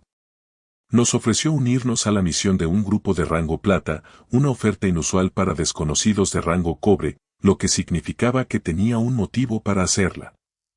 Me dirigí a la habitación de arriba, donde me encontré con ellos. Peter Mauk comenzó con su nombre, ya que se les conocía como espadas de la oscuridad, y luego presentó a los demás en la secuencia específica de alguien que lo había hecho muchas veces. El explorador, Lukrut, tenía la cualidad de alguien que evaluaba todo a través del prisma de cuanto le interesaba, y evaluó a Narveral con mucho más interés que a mí, lo cual anoté y archivé como información útil sobre sus patrones de atención. La druida, Dine, parecía encontrar todo aquello ligeramente divertido.